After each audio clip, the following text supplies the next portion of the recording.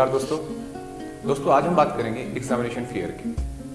दोस्तों आज का सिनेरियो कुछ ऐसा बन चुका है कि लगभग 5 साल से 35 साल तक की उम्र तक हर इंसान परीक्षा के दौर से गुजर रहा है, चाहे वो स्कूल की परीक्षा हो, चाहे वो कॉलेज की परीक्षा हो, चाहे वो कंपटीशन की या अपने किसी जॉब में प्रमोशन के लिए कोई इंटरव्यू या एग्ज़ाम हो। दोस्तों एग्जामिनेशन फियर क्या है, कैसे ये आपकी सारी मेहनत पे पानी फिरा सकता है, कौन कौन से फैक्टर से पैदा होता है, कौन कौन से फैक्टर्स के लिए जिम्मेदार हैं और कैसे हम इससे पीछा छुड़ा सकते हैं, इस पे बात करेंगे आज की हम इस वीडियो में। इससे शुरू करने से पहले मैं आपको एक बात बता दूं कि कोई ऐसी निंजा टेक्निक ऐसी कोई ट्रिक नहीं है जिससे ये मिनटों में या चुटकियों में गायब किया जा सके। अगर आप इस पूरी वीडियो को ध्यान से देखेंगे, सुनेंगे, तो शायद आपको अंदाजा लग जाएगा कि ये कितनी बड़ी समस्या है और इसको लॉन्ग टर्म कैसे सोल्यूशन निकाले जाए। दोस्तों एग्जामिनेशन फियर 2 तरीके का होता है, एक हार का डर और एक सब्जेक्ट का डर। आज की इस वीडियो में बात करेंगे हार के डर की। दोस्तों एग्जाम तो एग्जाम, हम लाइफ में भी हार के डर से बड़े ग्रसित रहते हैं। तो कौन कौन से फैक्टर हार के डर को पैदा करते हैं, इस पर गौर करते हैं। दोस्तों हार का डर के 2 फैक्टर हैं, एक सोशल फियर और एक सेल्फ इवेल्युएशन।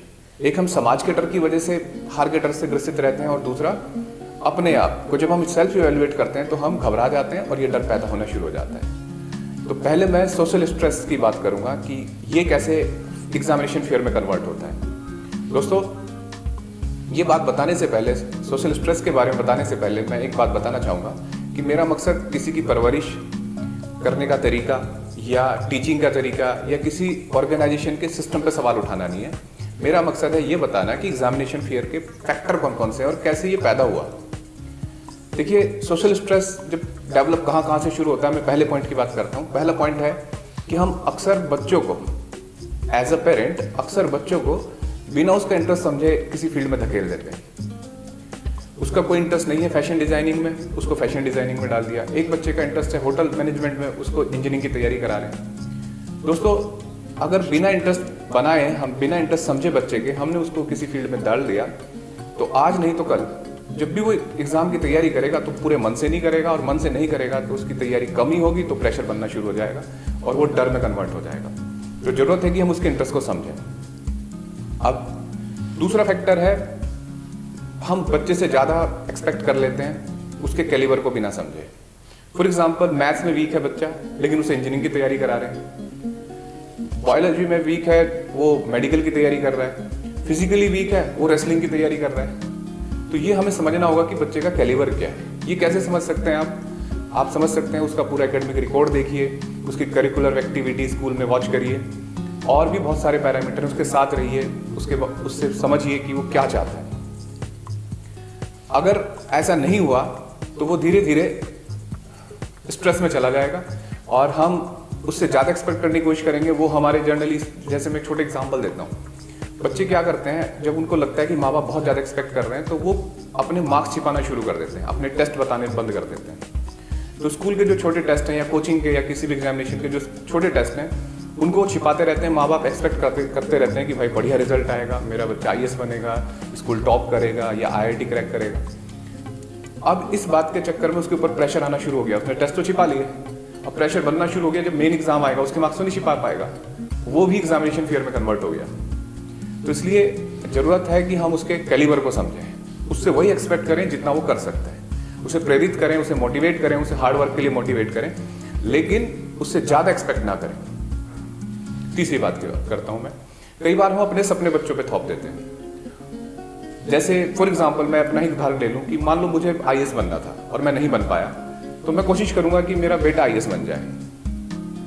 अब हो सकता है वो मेरे प्रेशर में ऐसा कर ले, लेकिन आज नहीं तो कल वो कुछ सालों बाद भी हो सकता है या एग्जामिनेशन जस्ट पहले भी वो सरेंडर कर दे, क्विट कर दे।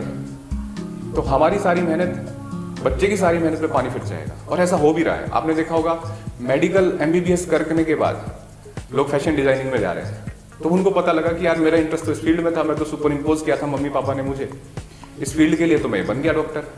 अक्सर मैंने क्लास में बहुत सारे बच्चों से पूछता हूँ कि भाई तुम में से कितने लोग अपनी मर्जी से ये काम कर रहे हैं, ये कोचिंग कर रहे हैं इंजीनियरिंग या मेडिकल की। तो उनमें से कुछ 60 बच्चों की क्लास में लगभग 4-5 बच्चे ऐसे भी होते हैं जो केवल माँ बाप के सपनों को पूरा कर रहे हैं। तो मेरा मानना है कि उनको अपने सपने देखने दीजिए, उनका अपना सपना होगा कुछ बनने का, उसमें मदद करिए। अगले पॉइंट पे बात करते हैं दोस्तों। अगला पॉइंट है, एक बड़ा इंपॉर्टेंट फैक्टर है जिससे हर बच्चा परेशान है, और वो एग्जाम से पहले ही नहीं, मतलब पूरे एकेडमिक करियर में या अपनी लाइफ में भी परेशान रहता है, कि हम एज ए पेरेंट कई बार बच्चे की तारीफ या तो रिश्तेदारों के सामने करना शुरू कर देते हैं, अपने रिलेटिव्स के, दोस्तों के सामने, या इसको उल्टा भी करते हैं, दूसरे बच्चे की तारीफ अपने बच्चे के सामने शुरू कर देते हैं। दोनों ही केस में ये प्रेशर बना जाता है बच्चे पे, उसको लगना शुरू हो जाता है, उसके अंदर प्रूफ करने का भाव पैदा होना शुरू हो जाता है, जो स्ट्रेस क्रिएट करेगा।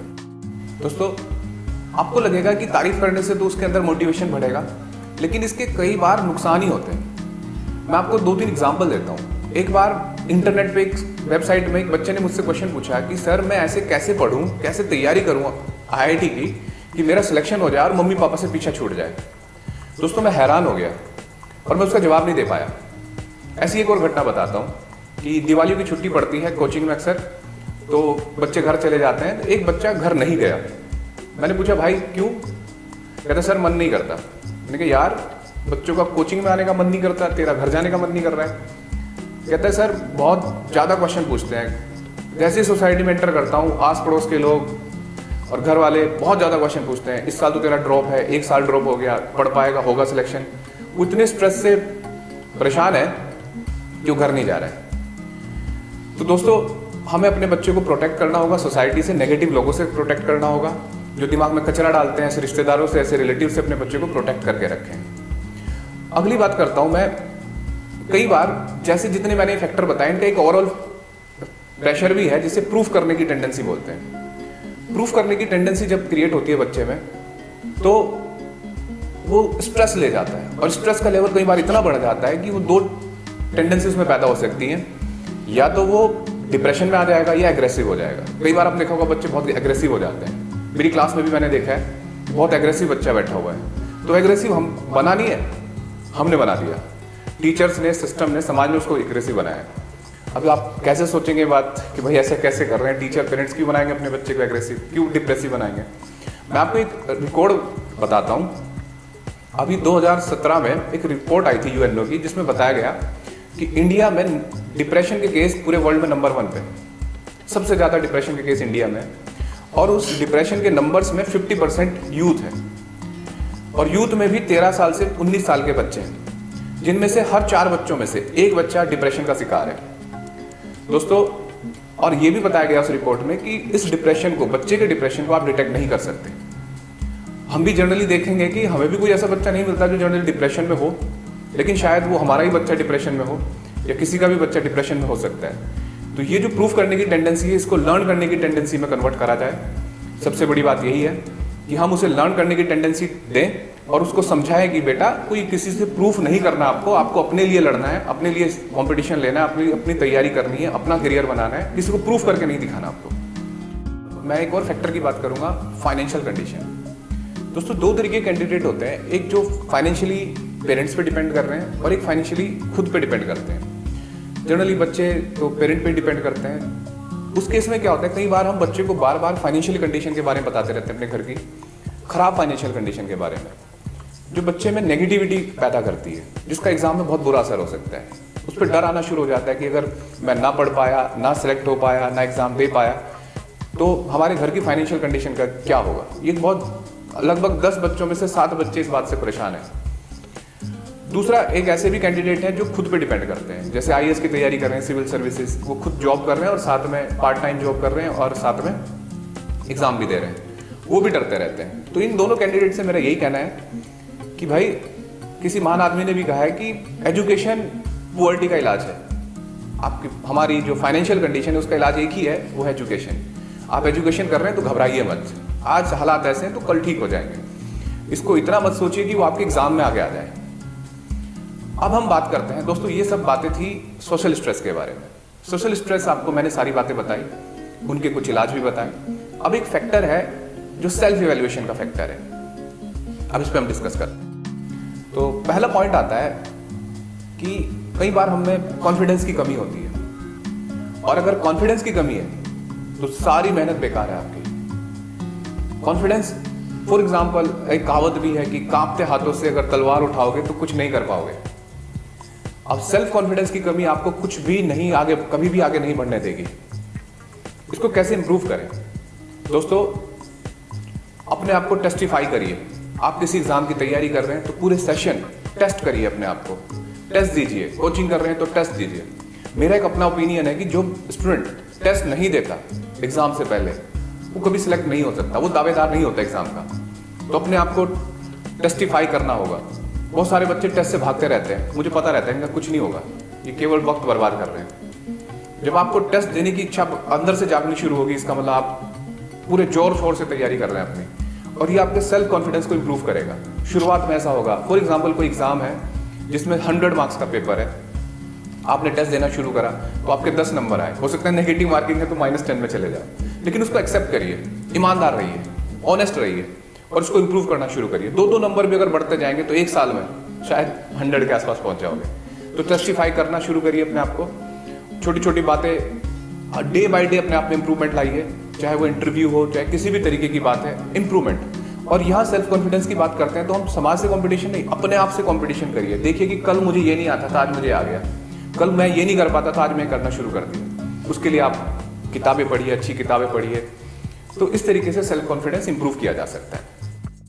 दूसरा पॉइंट है अननेसेसरी नेगेटिव थॉट, जैसे पुराने बैड पास्ट एक्सपीरियंस कि पिछली बार सेंटर पे मैं लेट पहुंचा था, अगर इस बार ऐसा हो गया तो, अगर पेपर का जो सिलेबस है उससे बाहर आ गया पेपर, या पिछली बार मैं बीमार पड़ गया था इस बार, तो बहुत सारे नेगेटिव थॉट आते रहते हैं। तो इसका एक ही इलाज है कि यार आप भगवान में विश्वास रखिए, वो इंसाफ करता है। अगर आपने सच्ची मेहनत की है, कड़ी मेहनत की है, तो आपको रिजल्ट मिलेगा।